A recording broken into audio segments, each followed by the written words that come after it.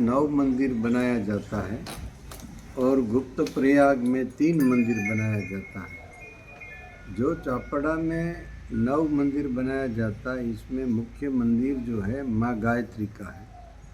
माँ गायत्री श्री पंच अग्नि अखाड़े का कुल देवी है, तो माँ गायत्री वेद माता भी है।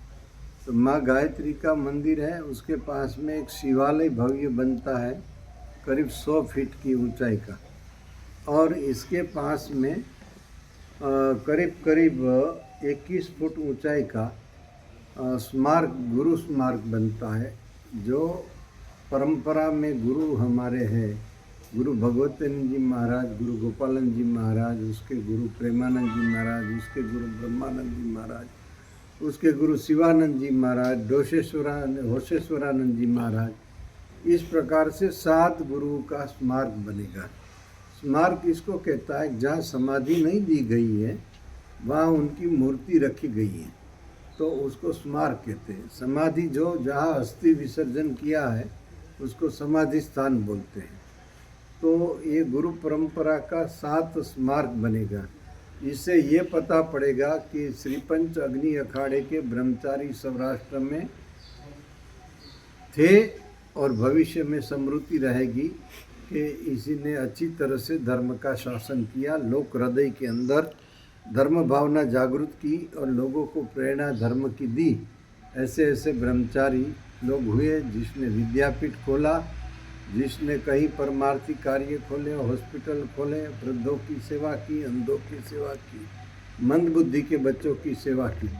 तो इससे ये ख्याल आएगा भविष्य में 1000 साल के बाद भी ये पता पड़ेगा। तो ऐसा एक स्मारक और 2 मंदिर, माँ गायत्री का और एक शिव जी का, तो इस तरह से यहाँ तैयार हो रहा है। शायद 12 महीने में ये तैयार हो जाएगा और ये करीब करीब 20-22 करोड़ के खर्च पे बन रहा है और सती सेवक लोग बना रहे हैं।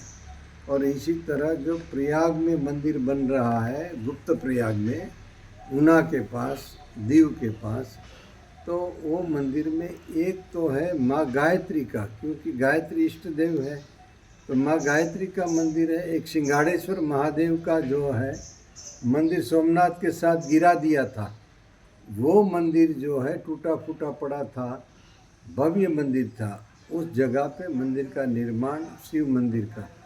और इसके पास में एक राधा कृष्ण का मंदिर, ये 3 मंदिर बन रहा है। राधा कृष्ण का इसीलिए कि वहाँ महाप्रभु जी की बैठक है, पुष्टि मार्ग के लोग आते जाते हैं, वो तीर्थ भी माना जाता है। वो प्राचीन समय से तीर्थ का महिमा है, स्कंद पुराण में भी उसका उल्लेख है। और वहाँ आने जाने वाले अतिथि के लिए 3 गेस्ट हाउस बना है, 4था गेस्ट हाउस बन रहा है। तो ये भव्य तीर्थ जो है, और वहाँ अन्न क्षेत्र है, 14,000 स्क्वायर फुट में उसका किचन बना हुआ है, रसोड़ा बना हुआ है, जिसमें लंगर चलती है। जो यात्रिक आते हैं वो भोजन करते हैं। 100 गाय की एक गौशाला पास में बनी हुई है और एक यज्ञशाला भी बगीचे में बनी हुई है, और पंछी भी बहुत वहाँ आते हैं। इसी तरह से ये भव्य सनातन संस्कृति के स्थानों का जीर्णोद्धार भी हो रहा है, नूतन निर्माण भी हो रहा है।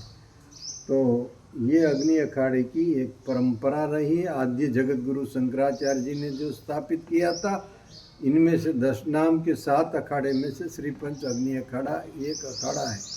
और यहाँ हर दिन माँ गायत्री का यज्ञ होता है और अग्नि भी अखंड रहता है।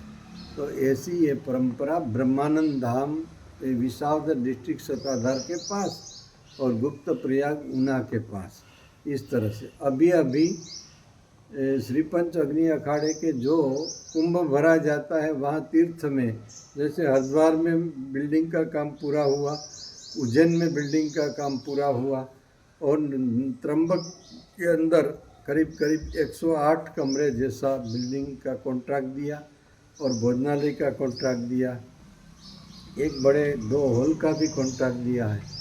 तो इस तरह से इसका जो है काम अग्नि अखाड़े का, और भविष्य में काशी में जो गंगा तट पे मकान है उसका जीर्णोद्धार भी 2-3 सालों में करेंगे, और आगे जाकर जूनागढ़ के अखाड़े का भी जीर्णोद्धार करेंगे।